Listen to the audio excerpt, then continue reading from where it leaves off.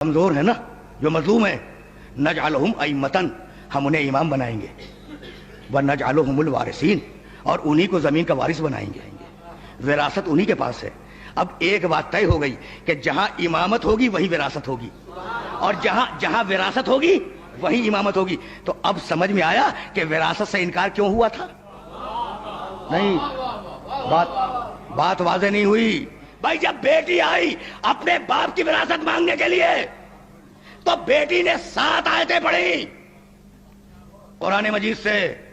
بھائی توجہ رہے، وَوَرِثَ سُلَيْمَانُ دَاؤُدَ، سلیمان نے داؤد کی وراثت پائی۔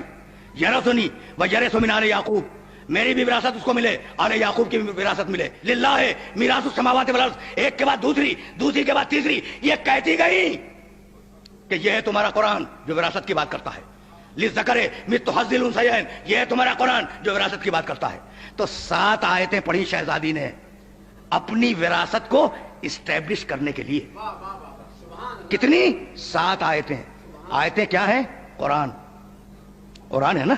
7 آیتیں پڑھی شہزادی نے، بڑا اصرار کر رہا ہوں جملے کے اوپر۔ قرآن کی 7 آیتیں پڑھی اور جواب میں ایک حدیث پڑھی گئی۔ شہزادی قرآن پڑھ رہی ہے، جواب میں تم حدیث پڑھ رہے ہو۔ بھئی یہ تمہیں ہوا کیا؟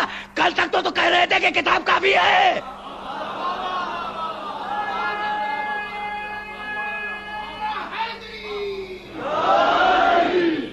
بھئی یہ تمہیں کیا ہوا؟ کل تک کہہ رہے تھے نا کہ کتاب کافی ہے، اور اب کتاب کے مقابلے پر حدیث پیش کر رہے ہو۔ تو اب مجھے جملہ کہنے کی اجازت ہے کہ خرمے کے درختوں کا مطالبہ کرنے نہیں گئی تھی شہزادی، باغ مانگنے نہیں گئی تھی۔ شہزادی کو کوئی دلچسپی، اگر مانگ لیتے نا تو شہزادی یوں ہی صدقہ کر دیتی۔ اگر مانگ لیتے تو شہزادی صدقے میں دے دیتی، اپنے بچوں کے صدقے میں دے دیتی اس پورے باغ فلک کو۔ تو باغ مانگنے نہیں گئی تھی شہزادی، تو یہ بتلانے گئی تھی کہ کل میرے باپ نے کہا تھا کہ میں ایک حدیث لکھ دوں، تو تم نے کہا تھا کہ کتاب کافی ہے، اور آج میں کتاب پیش کر رہی ہوں تو تم جواب میں حدیث پیش کر رہے ہو۔ تو تمہارا ایمان نہ کتاب پہ نہ حدیث پہ۔